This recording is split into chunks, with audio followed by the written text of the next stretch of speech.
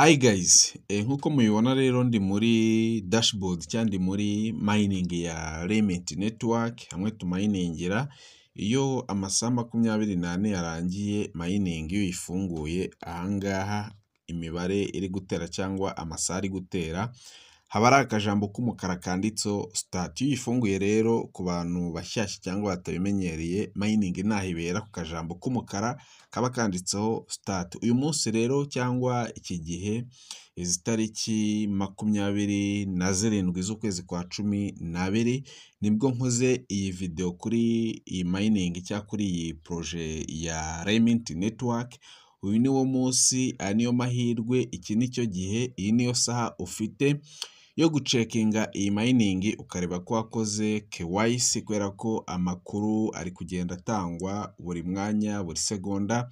Ari niyo mpamvu ngira ngo mbasomere amakuru kuwa timu ya Remit network yishyiriye hanze, ishimangira ibwira abantu cyangwa ibateguza ibabwira ko nta kabuza nta gihindutse twitegura kuzabona iyi projet cyangwa uyu mushinga wa Remit network kuri exchange cyangwa ku isoko bazadutangariza tuzayicururizaho. Twihuse cyane, icyo ugomba kubanza kwitaho ni ukubanza kumenya ko urayimayininga. Iyo winjiyemo bigakunda ugakora mining, ibyo biba bibaye. Icya kabiri ni ukureba ko wakozemo KYC, wabaye verified. Narabiberetse, reka nongere nse n'uhacaho gakeya mbanyuriremo gake twihuta cyane kugira mbereke amakuru yatangajwe na ba nyiri projet cyangwa na ba nyiri umushinga. Uraza ugakanda hariya hejuru cyane rero kwa turiya tuntu tw'utudomo dutambitse cyangwa tw'uturonko, ukaza kuri KYC yawe. Iyo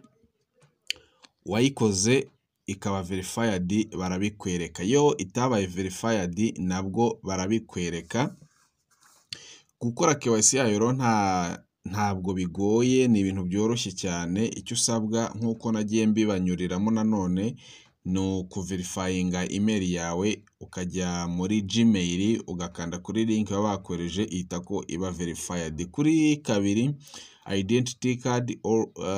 identity card verification, ushyiramo ifoto yawe irangamuntu igice cy'imbere ukauploadinga ugakanda submit. Kuri gatatu ushyiramo ifoto yawe ya selfie cyangwa ifoto ya passport yawe, niyo waba wayifotoje telefone yawe nta kibazo, ugakora upload ugasubmitinga. KYC iba ikunze. Utegereza mu gihe cy'ibyumweru nka 2. Twe tuzikora kera twategerezaga ibyumweru 2, ariko ushobora kuyikora amasaha 24 cyangwa umunsi umwe cyangwa iminsi 2 igahita ko iba verified. Urategereza rero. Mu magambo make, iki nicyo gihe, uyu ni wo mwanya wo kureba ko uri gukora mining ya Remit network kandi wakozemo KYC, ukicara uzi neza ko yabaye verified. Reka tunyarukire kuri Twitter ho gatoya turebe amakuru yatangajwe na ba nyiri uyu mushinga. Turaca kuri Twitter duciye muri dashboard zabo kugira wenda duhita duhingukira cyangwa tugera kuri post yabo cyangwa ku rubuga rwabo rwa nyarwo, kubera ko muzi ko haba hari n'izindi mbuga ziyitirira projet runaka. Okay? Nk'uko mubibona rero turahageze. Aha ni kuri X cyangwa kuri Twitter. Hari poste imazeho amasaha 23, niyo ngira ngo mbereke, ariko aha ngaha biragaragara ko imazeho umunsi. Imazeho umunsi wuzuye, sorry, ariko mu kanya nari ndiho imazeho amasaha 23. Yatambutse ejo rero, muratwihanganira ku munsi w'ejo ntabwo umuntu yari ari kuboneka neza. Ku itariki 25 n'itariki 26 ntabwo nakunze kohereza update nk'uko byagakwiye, twe turimo twizihiza iminsi mikuru ya Noheli.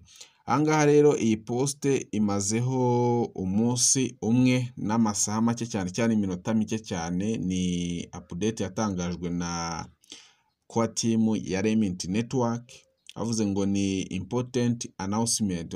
Ni itangazo ry'umumaro cyangwa itangazo ryiza cyane. Muri iyi announcement bashyizeho n'ifoto yabo batangaza amatariki cyangwa babwira abanyamuryango babo ko avuze ngo make your calendars make your calendars. Limit Network is officially launching on the exchange on December 31st, 2024. And this is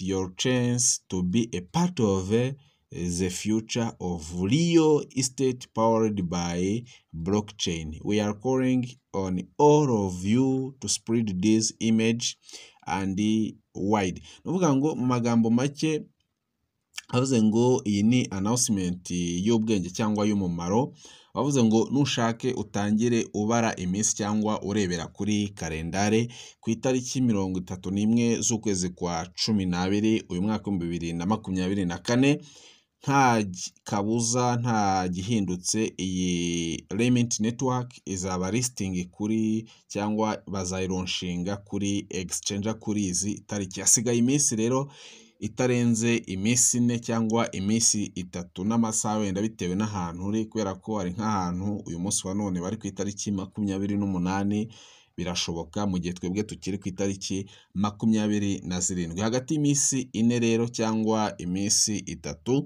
iyi exchange izaba listed cyangwa bazayironshinga, iyi mining izaronshingwa kuri exchange. Basabye rero ko timu yasabye ko aka gafoto ngo bagakwirakwiza mu magroupe cyangwa ahantu hose cyangwa kuri platform runaka, bakabwira abantu ko cyangwa n'umuntu wayimayininze cyangwa umuntu uyifite akaba azi neza ko ku itariki 31 izaba launched cyangwa bazayitangaza kuri exchange. Nimba arakoze iyi mining mu by'ukuri navuga ngo dushonje duhishiwe, aka ni agaseke gagipfundikiye, ariko byose bizasobanuka ku itariki 31 z'uku kwezi kwa 12 uyu mwaka 2024. Nakunze kubabwira ngo mu minsi mikuru mining zikunda gutanga amafaranga, ngira ngo mwabonye ko seri ya network yatanze amafaranga rwose, yarayatanze.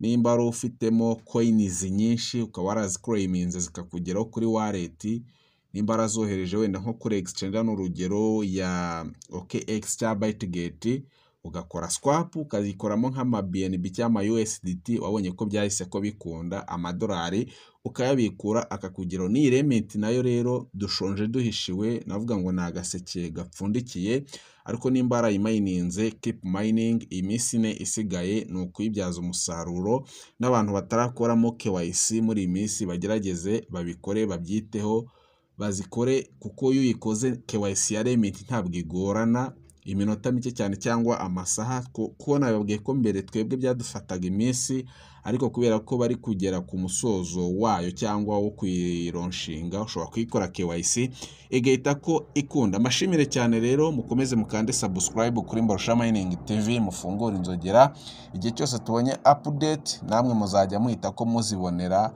mu bantu ba mbere. Ciao ciao, ndabakunda cyane.